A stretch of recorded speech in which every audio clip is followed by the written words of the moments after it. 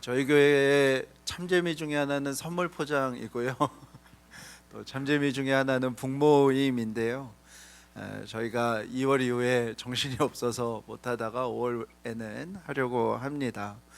저희가 읽은 책 중에 바베트의 만찬이라는 책이 있는데요. 카렌 블레셋이라는 사람이 쓴 책입니다. 덴마크의 북부의 윌란이라는 마을에 엄격한 신앙을 가진 개신교인들이 모여서 살고 있는 마을이 등장을 합니다. 그 마을에 프랑스 혁명에서 이제 피신하여서 도착한 바베트라는 사람이 오게 되는데요. 이 여인이 종살이를 하다가 프랑스에서 우연하게 산 복권에 당첨된 소식을 듣게 돼요. 그래서 그 당첨금으로 무엇을 할까 고민하다가 그 마을 사람들에게 받은 은혜에 보답하기 위해서 어디에서도 먹어보지 못할 식재료로 최고급 요리 또 최고의 식기를 마련해서 아주 큰 잔치를 펼칩니다. 한 장군이 그 마을에 우연히 들어와서 그 식탁에 함께 참여하는데 프랑스에서도 먹어보지 못한 최고급 요리라고 하면서 칭찬을 하게 됩니다. 그 식탁을 통하여서 그 마을에 가지고 있던 아주 오랜 싸움과 불화와 갈등이 풀어지고 진심 어린 화해가 이루어진다는 소설의 내용입니다. 천주교에서 개혁을 외치면서 나온 개신교도들, 그들은 어느 누구보다 종교적인 엄격성과 자신들이 말하는 거룩성을 가지고 서로 열심히 서로를 정죄했습니다. 그런데 그것과 정반대에 세속의 극단이라고 할 수 있는 복권 당첨금과 역시 그 시대의 금욕의 대상이라고 여겼던 먹는 즐거움, 그것을 통해서 아주 세속적인 방법들을 통해서 어쩌면 종교가 바라는 최고의 거룩한 상태, 화해의 모습이 나타난 식탁을 이야기하는 소설이 바로 바베트의 만찬입니다. 성경은 저와 여러분 안에 죄가 있다고 얘기하는데 그것은 스스로 하나님이 되고 싶어하는 죄입니다. 그리고 그 죄는 타인을 향하여 지배하고 싶은 마음으로 나타나고요. 그런 죄들이 모여서 이 사회를 형성하는데 사회를 통하여 나타나는 악은 그 죄의 욕구가 이 사회라는 질서와 시스템 안에 악으로 행해지게 됩니다. 그렇기 때문에 신앙생활을 하면서 우리가 참 두려운 것은 이 개인의 죄와 집단의 악이 신앙의 이름으로, 신앙의 언어로 우리도 모르게 행해질 때가 너무나도 많이 있다는 것입니다. 신앙적으로 내가 누군가보다 하나 더 열심히 있다는 것이 신기할 만큼 신앙으로 누군가를 지배하고 싶은 일로 나타나게 되고요. 우리도 모르게 어느 집단에 속하여서 적을 설정하고 적이 아닌 사람을 한 그룹으로 만드는 일이 우리에게 너무나 자연스럽게 일어나게 됩니다. 신앙생활 하면서 늘 우리가 무엇이 기초인가, 무엇이 본질인가 라는 질문을 하지 않는다면 어울리지 않는 두 단어를 우리는 참 자주 보게 됩니다. 신앙이라는 폭력, 거룩이라는 모렴치, 경건이라는 뻔뻔함, 헌신이라는 기만, 그리고 비전이라는 속임, 이런 일들이 우리에게서 일어날 수 있다는 것이죠. 누가는 복음서를 기록하면서 중요한 주제로 평화라는 주제를 말합니다. 누가복음은 평화에 대한 책이에요. 그래서 누가복음에서 전해진 가장 중요한 성경 구절은 2장 14절의 고백입니다. 제가 표준세 번역으로 읽어드리겠습니다. 지극히 높은 곳에서는 하나님께 영광이요 땅에서는 하나님이 기뻐하신 사람들 중에 평화로다 하니라. 주보에 새한글 성경 버전이 있는데요, 한번 같이 읽어볼까요? 올해 번역된 새한글 성경에서는 이렇게 번역합니다. 시작. 영광 더없이 높은 곳에서 하나님께, 땅 위에는 평화, 하나님이 좋게 보시는 사람들 가운데. 아멘. 예수님께서 제자들에게 세상으로 나아가 복음을 전할 때에도 제자들에게 부탁하신 것은 무엇이냐면 나아가서 평화를 전해라 라고 말씀하십니다. 그리고 예수님께서 부활하셔서 부활의 몸을 입고 제자들에게 오셔서 하셨던 말씀도 너희에게 평화가 있어라 라고 말씀하십니다.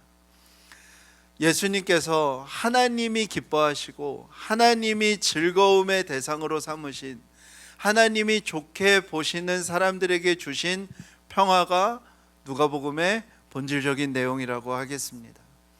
그런데 오늘 누가는 그 평화가 어느 때에 기록되었는지를 우리에게 전해 주고 있어요. 1절에서 3절을 보면 옥타비아누스가 이제 자기의 이름을 아우구스투스라고 황제에 오른 이후에 바꾸는데요. 옥타비아누스가 로마 제국을 세우고 나서 총 기록된 게 3번의 인구조사를 합니다. 세금을 걷고 인구수를 파악하고 로마 시민권을 부여하고 군대를 동원하기 위해서 인구조사를 하는데요. 기원전 28년, 기원전 8년, 그리고 기원 후 14년 이렇게 3번의 인구조사를 하게 됩니다. 아마도 유력한 건 기원전 8년에 있었던 인구조사 때 누가복음의 배경이 아닌가 생각이 듭니다. 유대민족은 인구조사라고 한다면 떠오르는 사건 하나가 구약에 있습니다. 무엇이냐면 바로 다윗이 자기의 통치 후반기에 인구조사를 하였다가 큰 전염병으로 많은 사람들이 죽게 된 것입니다. 다윗은 왜 인구조사를 하고 싶었냐면 그동안 자기가 이뤄놓은 이 나라가 얼마나 강한 힘을 가진 나라가 되었는지를 확인하고 싶었어요. 얼마나 많은 숫자인지, 얼마나 강한 군대가 있는지를 자기가 세보고 싶었습니다. 다윗의 마음에 어떤 마음이 들었냐면 이 모든 결과가 자신에 의한 결과라고 생각하는 마음이 다윗에게 있었어요. 그래서 하나님께서 전염병을 내리셔서 다윗의 그 마음을 회개하게 하십니다. 다윗도 그랬듯 인구조사는 언제나 한 가지 목적 외엔 없습니다. 힘에 대한 과시입니다. 주변 나라와 주변 상황들, 이제는 변수라는 게 존재하지 않는 완벽하게 통제된 세상을 확인할 때 무엇을 했냐면 인구조사를 했습니다. 옥타비아누스 곧 아우구스투스는 자신이 얼마나 대단한 힘을 가졌는지를 확인하고 싶었던 거예요. 누가복음 2장에 나오는 이 인구조사는 유대 전역에 무슨 일이 일어나기 시작했냐면 로마에 의한 평화, 힘에 의한 평화, 로마의 평화, 팍스 로마나가 이뤄진 세상이 도래했음을 알려주는 것입니다. 이제는 본격적으로 로마 시민과 아닌 사람들이 나뉘어지고요. 불필요한 식민지일수록, 중요하지 않은 식민지일수록 엄청나게 많은 세금이 걷게 되고요.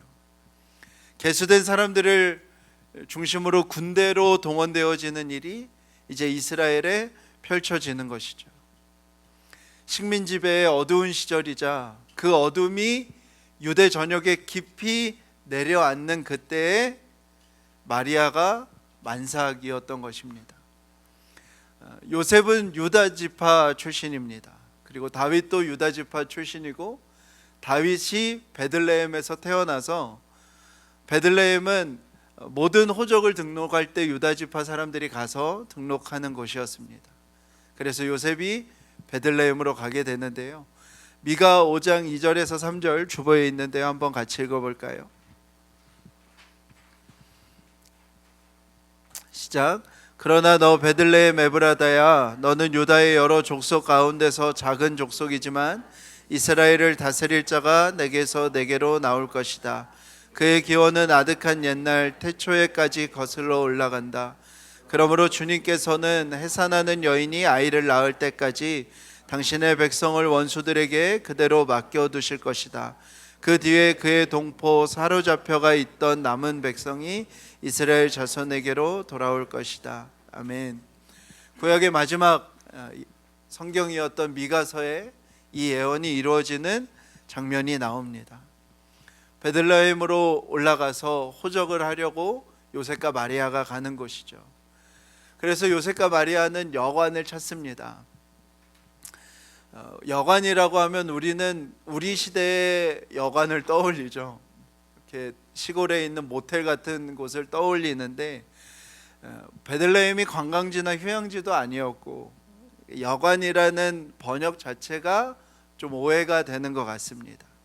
지금으로 따지면은 집에 있는 손님을 초대할 수 있는 게스트룸 같은 것이 더 정확한 표현이겠습니다.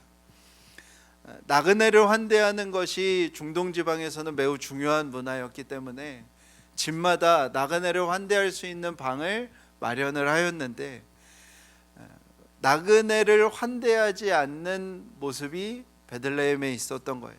근데 그 여인은 심지어 만삭의 몸이었음에도 그 나그네를 환대하려는 사람들이 아무도 없는 그 삭막해진 베들레헴 속에 마리아와 요셉이 갑니다.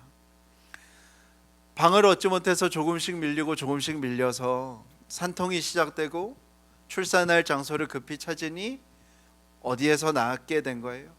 양떼가 모여 있는 곳에서 마리아는 아기 예수를 출산하게 됩니다. 그리고 그 아기 예수를 강보에 쌓아서 구유에 누이게 됩니다. 환영받지 못하는 곳에서, 누구도 불편하고자 하지 않는 곳에서 예수님께서 태어나시고 구유에 누이시게 되는 것입니다. 이 구유도 어느 순간부터 말구유라고 이렇게 우리가 이해를 하고 있는데요, 이스라엘에서는 말을 거의 키우지 않았습니다. 그냥 구유라고 생각하시면 되고 여물통이라고 생각을 하시면 됩니다. 그리고 우리 시대는 집과 축사가 대부분 분리가 되어 있잖아요. 그리고 상당한 거리가 떨어져 있어서 꽤 큰 거리에 있을 거라고 생각하는데, 주보의 사진이 작지만 자세히 보시면 이스라엘은 동굴이 많은 지역입니다. 석회암 지대여서요, 동굴이 많기도 하고 동굴을 쉽게 만들 수도 있는 지역입니다. 그래서 석회암 지대 위에다가 집을 짓고요, 그 아래 많은 동굴들 속에서 목축을 했었습니다. 지금도 첫 번째 사진 보면 주차되어 있는 차가 보일 거예요. 보이시면 시력이 좋으신 네. 지금도 그 동굴 사이에 그냥 차를 주차할 차고지처럼 쓰는 것처럼 쓰는 환경입니다. 두 번째 사진을 보면 여전히 동굴을 이용해서 양을 목축하고 있음을 알 수 있죠.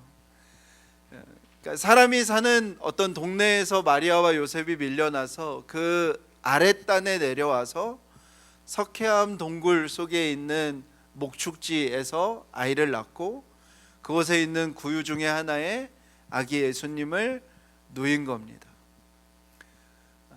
누구에게도 환영받지 못하고 누구에게도 용납되지 않던 그곳에서 비참함을 안고 있는 마리아와 요셉이 불결하고 지저분한 구유에 아기 예수를 누인 것입니다. 복음서에 다 특색 있게 예수님의 탄생 이야기를 담아두는데요, 마가복음은 예수님의 탄생 이야기가 없습니다. 마가복음은 그 시간을 아껴서라도 한 가지를 외치고 싶었어요. 뭐냐면 예수 그리스도 하나님의 아들, 복음의 시작. 그리고 마태복음은 유대인에게 기록된 책이거든요. 근데 마태복음에서는 예수님의 탄생 소식을 기뻐하는 그 기쁨을 누가 담당하냐면 이방인인 동방박사들이 담당을 합니다. 유대인들은 예수님의 탄생에 관심이 없지만 이방인이었던 동방박사들이 오히려 예수님의 탄생을 기뻐하는 모습을 마태복음에서는 기록을 하고요, 요한복음은 예수님의 신성, 예수님이 창조의 근원이셨음을 이야기하는 하나님의 아들이심을 설명하는 예수 그리스도를 설명합니다. 그리고 오늘 누가복음은 아주 중요한 그리고 가장 결정적인 누가복음에서 예수님에 대한 소개를 하는데 무슨 소개를 하냐면 동물의 밥통에서 태어나신, 그리고 가장 가난한 노동자에 의해서 처음 발견되어진 예수님에 대해서 소개하는 것입니다. 고대 근동과 그리스 로마의 어떤 이야기 속에서도 영웅이 이런 식으로 태어난 기록은 없습니다. 비천함과 불결함에 누이신 예수님, 그리고 그 곁에는 결혼식도 올리지 못한 마리아와 요셉, 그리고 그 시대의 가장 가난한 노동자인 목자들이 축하를 하고 있는 이 모습을 누가는 평화라고 우리에게 이야기하는 것입니다. 화려하고 사치스러운 왕궁이 아닌 것, 거추장스럽고 화려한 장신구로 자기가 지도자임을 드러낸 사람들이 있지 않은 곳, 자신들이 만들어 놓은 거룩함, 순결함, 고매함이 아닌 여물통에 오신 예수님, 세상의 기준으로 볼 때는 누구에게도 환영받지 못하는 사람들의 축하를 받으신 예수님, 소외된 이들의 축복을 받으신 예수님, 그 모습을 천사들은 무엇이라고 표현하냐면 하늘에는 영광, 땅에는 평화라고 고백하는 것입니다. 사랑하는 여러분, 우리는 이것을 믿는 것입니다. 누가복음에는 이 구유 이야기가 참 중요합니다. 빈 구유에 먹을 것으로 예수님이 오셨다는 거예요. 구유는 식탁을 의미합니다. 예수님께서 우리에게 보여주신 평화는 여기에 다 담겨 있습니다. 예수님께서 우리의 밥상이 되어주셨다는 거예요. 예수님께서 요한복음 6장에 자신을 생명의 떡이라 소개하시거든요. 예수님께서 마지막 만찬에 자기의 떡과 포도주를 이용해서 자신을 어떻게 설명하시냐면 이것이 자신의 살이고 자신의 피라고 말씀하십니다. 자기 자신을 먹을 것으로 내어주시는 분이 예수 그리스도이십니다. 비천함과 불결함과 초라함과 중요하지 않는 이들에게 자기 자신을 모두 다 내어주신 여물통에 누이신 예수님, 그의 몸을 먹을 때, 그의 피를 마실 때 그와 함께 살아가게 하신 분이 바로 예수 그리스도이십니다. 교회에서는 그것을 기억하며 성만찬을 하는 것입니다. 성만찬은 주님을 먹고 마시는 일입니다. 먹고 마신다는 것은 우리와 내가 먹고 마시는 것이 분리될 수 없음을 경험하는 일입니다. 그 예수님의 살과 그 예수님의 피가 내 안에 들어오면 그것이 나와 어떠한 연유이든지 간에 분리될 수 없음을 고백하는 시간이 성만찬 시간입니다.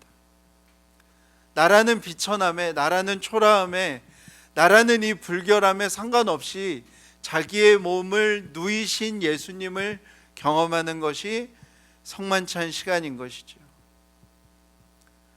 하나 중요하지 않을 나 같은 인생에 가장 가까운 이에게도 소외감을 경험하는 우리 같은 삶에 밤을 새워 수고해야 되는 우리의 삶에 밤을 새워 고생해도 누구도 알아주지 않는 나의 삶에 자신을 누이신 예수님을 경험하는 시간이 바로 성만찬 시간인 것이죠.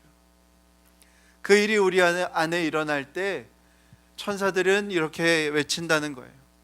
하늘에는 영광, 땅에는 평화.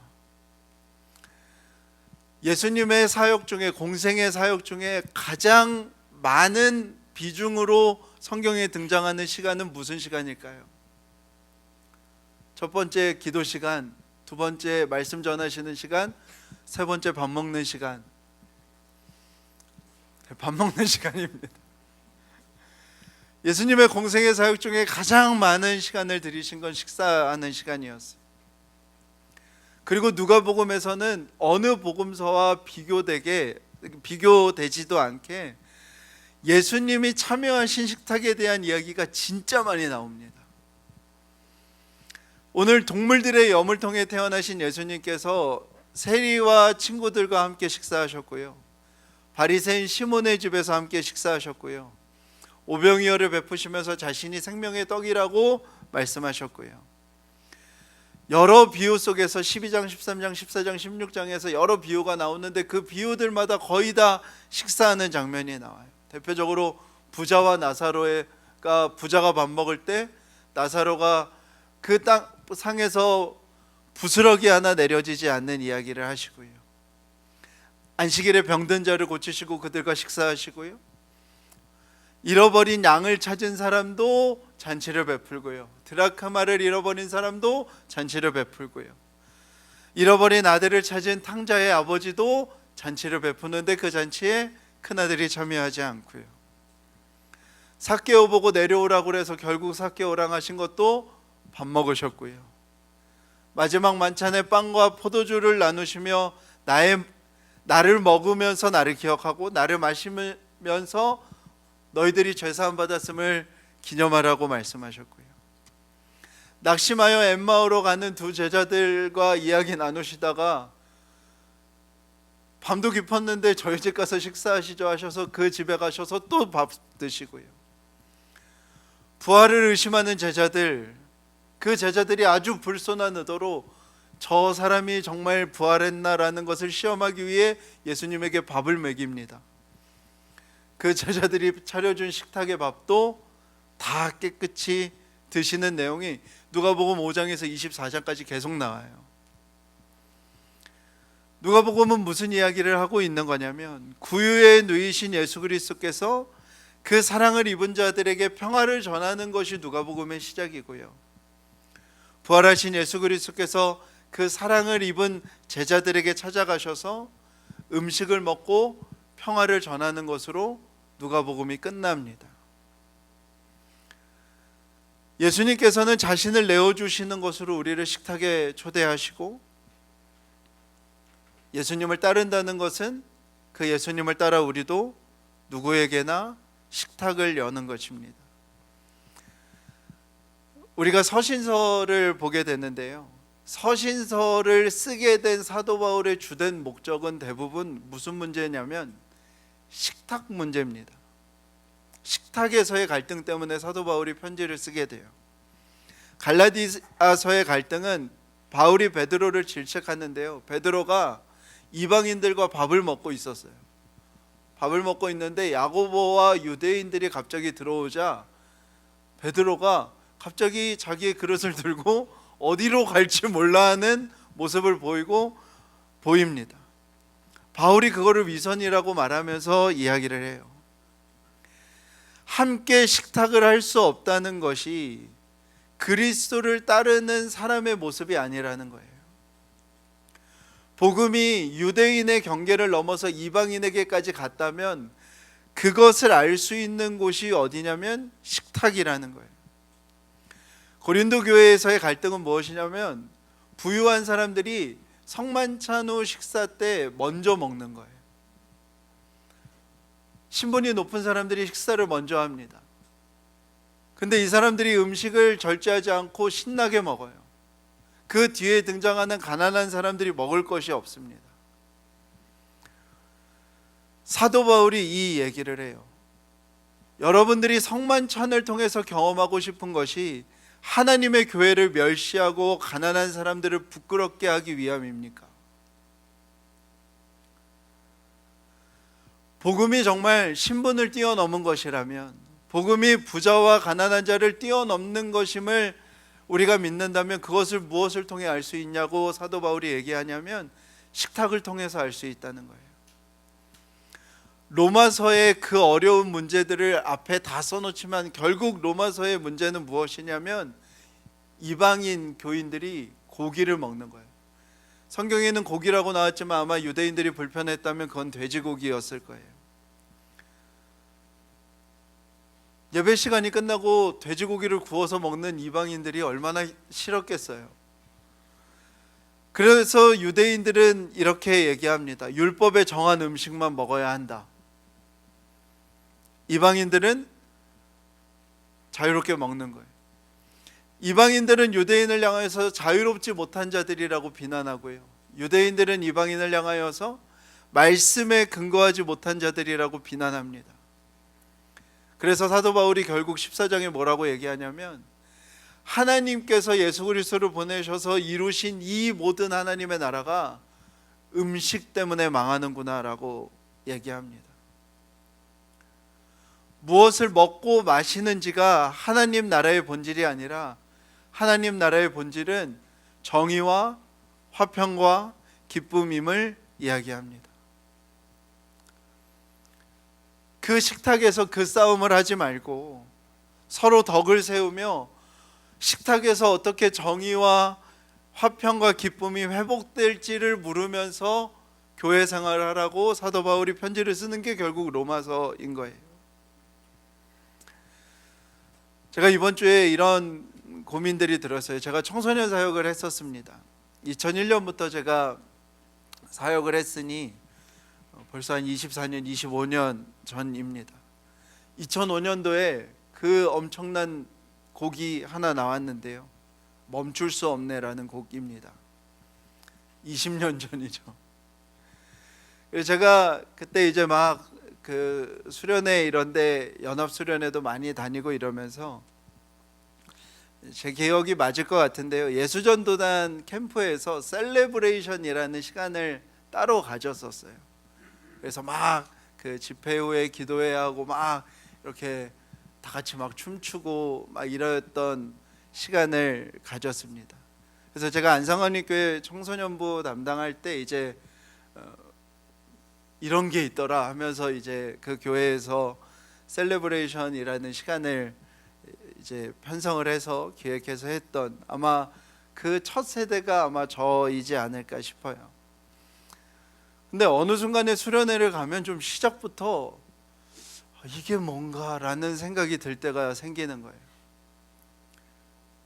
딩딩딩딩딩딩딩 그러면 그 멈출 수 없는 그 간주가 나오고, 그러면은 막 일어나서 찬양을 하자고 하고 또 막 설교를 하고, 늘 똑같은 그 혼자 있을 때 행한 음란의 죄를 회개하는 그 회개를 왜 우리는 25년 동안 하고 있는 걸까? 어쩜 2005년의 수련회와 지금 수련회는 그 인트로부터 똑같을까?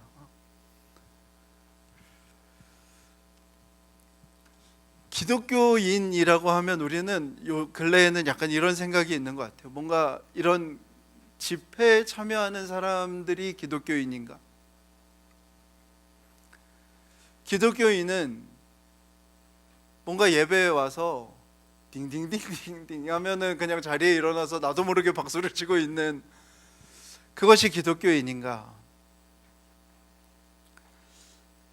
유명한 찬양팀과 유명한 설교자의 찬양과 설교를 그냥 소비하듯 삶의 배경음악처럼 틀어놓는 것이 우리의 본질이고 기초일까? 기독교인이 가지는 기독교인의 생활 양식과 기독교인의 문화라고 한다면 그것은 무엇일까? 그 말씀이 오늘의 말씀이라고 싶습니다. 우리는 비천함과 불결함과 초라함에 누울 준비가 되었는가? 우리는 나를 내어주며 한 식탁에 누군가를 초대하는 사람인가? 우리의 식탁에는 모든 걸 초월하는 복음의 능력이 펼쳐지고 있는가? 기독교인의 삶의 양식이라면, 기독교인의 문화라면 멈출 수 없는 베이스가 나오는 그 집회에 참여하는 것이 아니라 이 식탁의 거룩함을 갖고 있는 것이 아니겠습니까? 하늘에는 영광, 땅에는 평화가 우리에게 무엇인지, 우리는 하늘의 영광을 참 많이 고민하는 것 같아요. 어떻게 하면 하나님께 영광을 돌릴까라는 고민을 참 많이 하는 것 같아요. 그런데 오늘 누가복음에는 이 얘기를 하는 겁니다. 땅에 평화가 없다면 하늘에는 아무런 영광이 없다는 거예요. 왜요? 예수님께서 땅의 평화를 위해서 하늘 보좌를 버리고 이 땅에 아기 예수의 몸으로 오셨기 때문입니다. 힘이 평화라고 믿는 세상 속에서 누군가는 시민권을 얻어서 새로운 신분이 되고, 누군가는 탈락하여서 그 지위가 나뉘어지는 그 구별과 차이가 평화라고 말하는 세상 속에서 한 사람 한 사람을 그냥 세금, 군사력으로 생각하는 세상 속에서 그 평화가 이루어질수록 권력자들은 배부르고 백성들은 굶주리는 그 힘에 의한, 로마에 의한 평화가 가득한 세상 속에서 종교도 그 로마에 의한 평화를 그대로 흉내내어 살아가던 그때 하나님께서 아기 예수를 보내셔서 하나님 나라의 평화를 이야기하시는 것입니다. 땅의 평화는 동물의 염을통에 누이신 가장 가난한 노동자의 축하를 받는 예수 그리스도를 따라갈 때 일어나는 평화임을 이야기하는 것입니다. 자신이 먹을 것이 되셔서 우리를 자신의 식탁으로 초대하시는 분, 그래서 그를 따르는 우리도 우리의 무언가를 내려놓아 다른 사람을 우리의 식탁으로 초대하는 그것을 바라시는 분, 비참하고 초라하고 불결한 사람들을 기뻐하시는 사람들, 좋아하는 사람들이라 부르시며 자신의 식탁에 초대하시는 분, 그것이 하나님 나라의 평화입니다. 여러분, 우리는 무엇을 거룩하다 말하고, 무엇을 경건이라 말하고, 무엇을 헌신이라 말하겠습니까? 교회가 안타까운 것은 그동안 교회가 자기 교회의 성장과 자기 교회의 확장과 또 자기 교회 건축을 이야기하면서 이 복음의 내용을 왜곡시킨 것들이 너무나 많습니다. 교회는 없어져도 돼요. 세상에 있는 모든 교회 다 그렇습니다. 그잖아요. 천년 만년 있어야 될 교회가 왜 필요한가요? 초대교회는 아직 있나요? 교회 문 닫아도 괜찮습니다. 모일 곳이 없어도 교회는 교회예요. 근데 교회 안에 들어온 어떤 율법주의, 몇 가지 중요하게 말하는 율법 몇 가지로 모든 눈을 가리고 다른 사람을 정죄하는 그 이야기들이 한국 교회 안에서 어떻게 이어져 왔는지를 한번 생각해 보면요, 대표적인 게 뭐예요? 주일 성수 11조 교회 봉사입니다. 어떤 교단들은 성도의 의무로 이 세 가지를 아예 써놨어요. 주일 봉수 11조 교회 봉사가 그리스도인들이 해야 될 세 가지의 의무와 책무입니다. 여러분, 그것이 본질이 될 수 있나요? 그것이 기초가 될 수 있나요?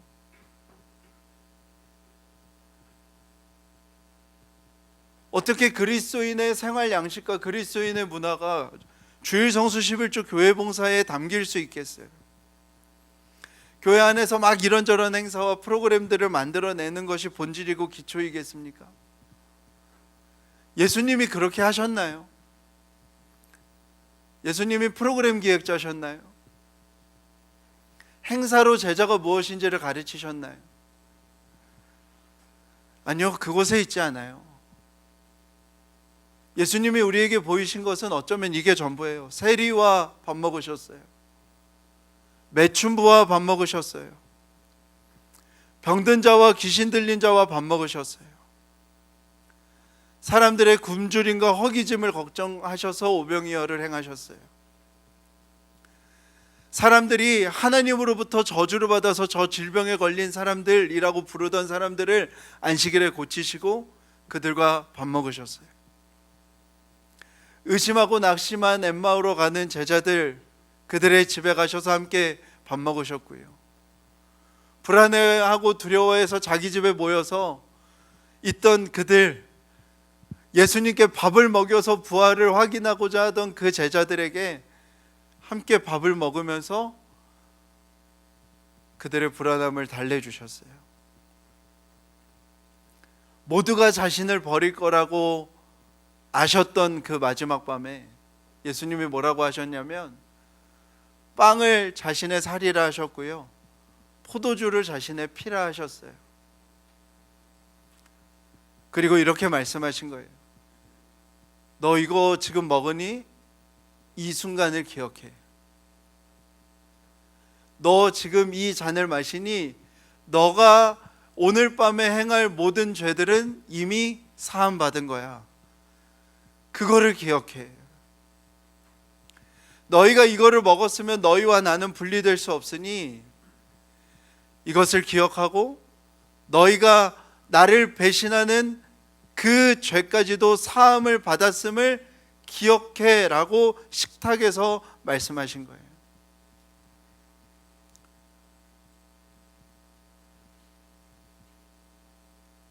우리가 이것을 잃어버린다면, 여기에 우리의 신앙의 기초가 있지 않다면 우리는 뿌리 없는 나무이고요, 문 없는 집이고요, 빛이 없는 촛불이고요, 소리를 내지 않는 노래예요.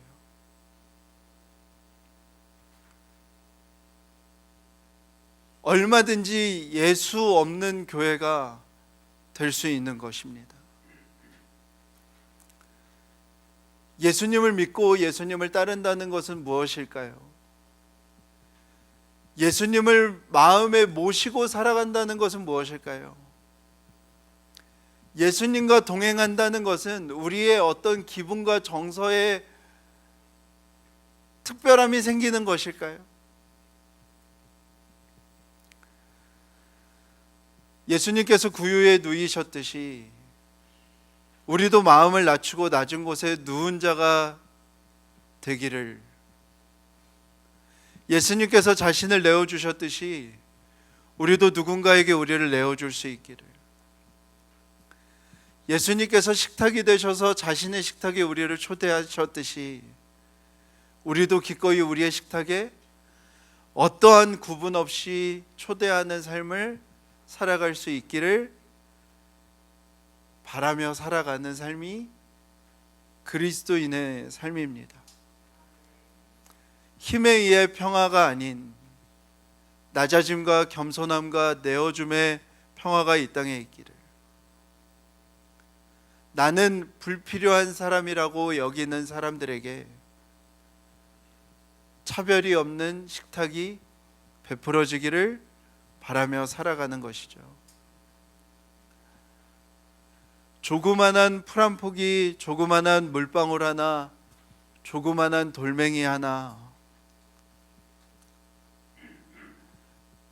그 작은 것이 없으면 이 큰 세상은 존재할 수 없습니다. 우리는 그것을 전해주는 사람들이에요. 가장 작고 흔하고 보잘것없는 것이 지천에 널려 있어야 이 거대한 생명이 깃들어 살아가고 있음을 우리가 고백할 수 있는 것입니다. 저와 여러분은 그것을 알려주는 사람들입니다. 그 일이 일어날 때 하늘에는 영광, 땅에는 평화, 우리가 살아가는 오늘 지금 여기에 그 하나님 나라가 임하길 간절히 축복합니다.